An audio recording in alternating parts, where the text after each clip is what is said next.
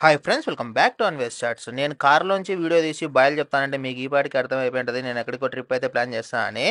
మొత్తానికి ఇవాళ అయితే బెంగళూరుకి అయితే వెళ్ళిపోతానండి. ఒక నెల రోజులు అయితే బెంగళూరులో ఉంటున్నా. ఆ తర్వాత మళ్ళీ మఠానికి అయితే రిటర్న్ వచ్చేస్తాను. మొత్తానికి అందరికీ అయితే బాయ్ చెప్పే టైం అయితే వచ్చేసింది.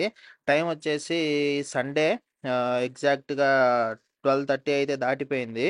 ఇంటి దగ్గరే తినేసి బయలుదేరిపోతున్నాము. మళ్ళీ మధ్యలో స్టాప్స్ ఎందుకులే అని, అందులో చిన్నోడు ఉన్నాడు కాబట్టి తొందరగా అయితే బయలుదేరిపోవాలి. ఎంత లేదన్నా బ్రహ్మంగారు మఠం నుంచి బెంగళూరు వచ్చేసి 6 అవర్స్ అయితే పడుతుంది. మైదుకూరు, కడప, రాయచోటి, మదనపల్లి ఈ రూట్ అయితే వస్తుంది మనకి. రోడ్డు మాత్రం ఇంతకుముందు నేను పోయినప్పుడు మొత్తం కన్స్ట్రక్షన్లో ఉండే, ఇప్పుడు మాత్రం రోడ్డు చాలా బాగా అంటే రెడీ అయిపోయిందంట. సో చూడాలి. ఎందుకో బాగా మొబ్బట్టుంది అసలు మఠంలో. వర్షాకాలము చలికాలము వెదర్ చూడాలి. అసలు ఊటీ కొడైకెనాల్ కూడా పనికిరావు మా మఠం ముందు. వర్షం పడితే మంచిదేలే కానీ, కాకపోతే కొద్దిగా జర్నీ స్లో అయితే అయిపోద్ది. ఎప్పుడెప్పుడు వర్షం పడిద్దా అని నేనైతే వెయిట్ చేస్తాను. అంటే కడపలేకి ఎప్పుడైతే ఎంటర్ అయినా వర్షం అయితే స్టార్ట్ అయిపోయింది. మనకు ముందర చెన్నూరు ఇటు దగ్గర అయితే అంతగా లేదులే కానీ, కడపలేకి ఎంటర్ అయ్యాగానే ఫుల్ అయితే వర్షం పడింది టౌన్లో. అసలు రోడ్లు కూడా ముందర కనపడట్లేదు సరిగా. ఐటీఐ సర్కిల్ నుంచి లెఫ్ట్ గా వెళ్ళిపోతే కడప టౌన్ లోకి వెళ్ళిపోతాం. మనం అయితే ఇప్పుడు స్ట్రైట్ వెళ్ళిపోవాలి. అప్పుడే మనకు రాయచోటి, మదనపల్లి ఆ రూట్ అయితే వచ్చేస్తుంది. ఫస్ట్ రాయచోటి, ఆ తర్వాత మదనపల్లి, ఆ తర్వాత వచ్చేసి ఇంకా కర్ణాటక బార్డర్లోకి అయితే ఎంటర్ అయిపోతాం మనము. ఫుల్ వర్షం అయితే పడిపోతుంది. అసలు రోడ్డు కూడా కనపడట్లే. చూడాలి ఎంతసేపు ఉంటుందో ఈ వర్షము. ఇట్లుంటే కన్నా మనకు జర్నీ చాలా అంటే చాలా స్లో అయిపోయింది. కడపలో మాత్రం వాన దంచుతా అంటే, కడప దాటి అవుట్స్కట్స్ లోకి రాగానే ఒక్క చుక్క వాన కూడా లేదు. రోడ్లలో కూడా ఇంత కూడా తడి లేదు. అసలు వెదర్ మాత్రం చాలా అంటే చాలా బాగుంది. ఇక ఇక్కడ ఎంత స్పీడ్ అయితే అంత స్పీడ్ కొట్టేసుకోవాలి. అప్పుడే మనకు జర్నీ తెలియకుండా అయిపోతుంది. ఈ రోజు ప్రయాణంలో గువల్ చెరువు ఘాట్లో ఏదో ఒక యాక్సిడెంట్ మళ్ళీ చూడాల్సి వస్తుందేమో అని అనుకుంటావేనా? దేవుని దయవల్ల అసలు ఏ యాక్సిడెంట్ లేదు. రోడ్లన్నీ బాగా క్లియర్ గానే ఉన్నాయి. ఈ ఘాట్లో అయితే నేను ఎన్ని యాక్సిడెంట్లు చూసింటానో ఈ ఘాట్ రోడ్లో పోయేటప్పుడు. ఎందుకంటే మేము చిన్నప్పుడు రామాపురంలో ఉన్నాం కాబట్టి, కడపకు రావాలంటే ఖచ్చితంగా ఈ ఘాట్ నుంచి రావాలి. మళ్ళీ రామాపురం వెళ్ళాలంటే ఇదే దారిన పోవాలి. ఎప్పుడు చూసినా ఏదో ఒక లారీలు, ఇసుక టిప్పర్లు, ట్రాక్టర్లు ఏదో ఒకటి యాక్సిడెంట్ అయ్యేది. ఈ రోజు మాత్రం చాలా క్లియర్గా ఉన్నాయి రోడ్స్ మాత్రము. మా కజిన్ కూడా ఈ రోజు అయితే బెంగళూరు నుంచి అటు సైడ్ నుంచి వస్తాండు. సో ఇద్దరం ఏడన్నా మిడిల్లో మీట్ అవుదామని గుర్రంకొండ దగ్గర అయితే ప్లేస్ అనుకున్నాము.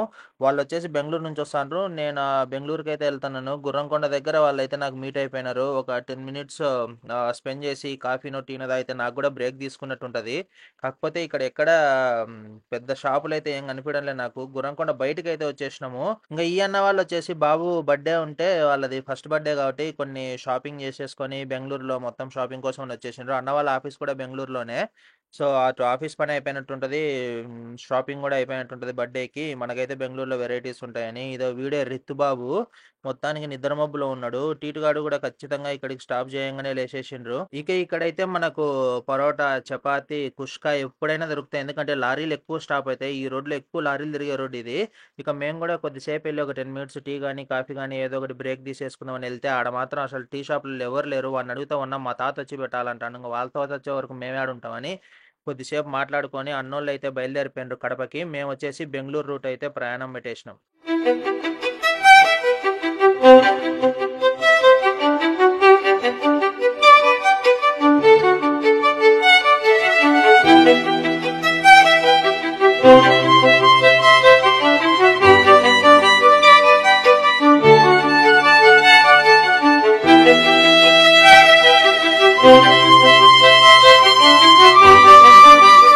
చూసిండ్రు కదా మా వాడైతే ఎట్ట కాకా పడతాడో. ఎటు బెంగళూరు పోతున్నాం కదా నాయనా, నాకు ఏదో ఒకటి బొమ్మలు కొనేయని వాడైతే కాకా పడతాడు. మర్యాదగా ఉన్న బొమ్మలు తాడుకో, కొత్తటి అసలు కొనిచ్చలేదు అనగానే నీకు పెట్టేది లేదని కిందికి దిగిపోతాడు. మదనపల్లి దాటిన తర్వాత మనకైతే ఎల్వి ప్రసాద్ ఇన్స్టిట్యూట్ అయితే వస్తుంది. దాని నుంచి ఒక 20 minutes ముందుకు వచ్చేసి కానీ మనం కర్ణాటక బార్డర్లోకి ఎంటర్ అయిపోతాం. నేను పెట్రోల్ ఎప్పుడైనా ఇక్కడే పట్టించేస్తాను. ఎందుకంటే మన కర్ణాటకలో కొద్దిగా తక్కువ ఉంటుంది పెట్రోల్ ప్రైస్ ఆంధ్ర కంటే.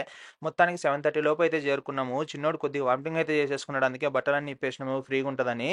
ఇదండి ఇవాళ బాగు. సరే మరి అయితే నెక్స్ట్ వీడియోలో అయితే కలుద్దాం. మన ఛానల్ ఎవరైనా కొత్తగా వస్తున్నట్లయితే please do like, share, comment and subscribe.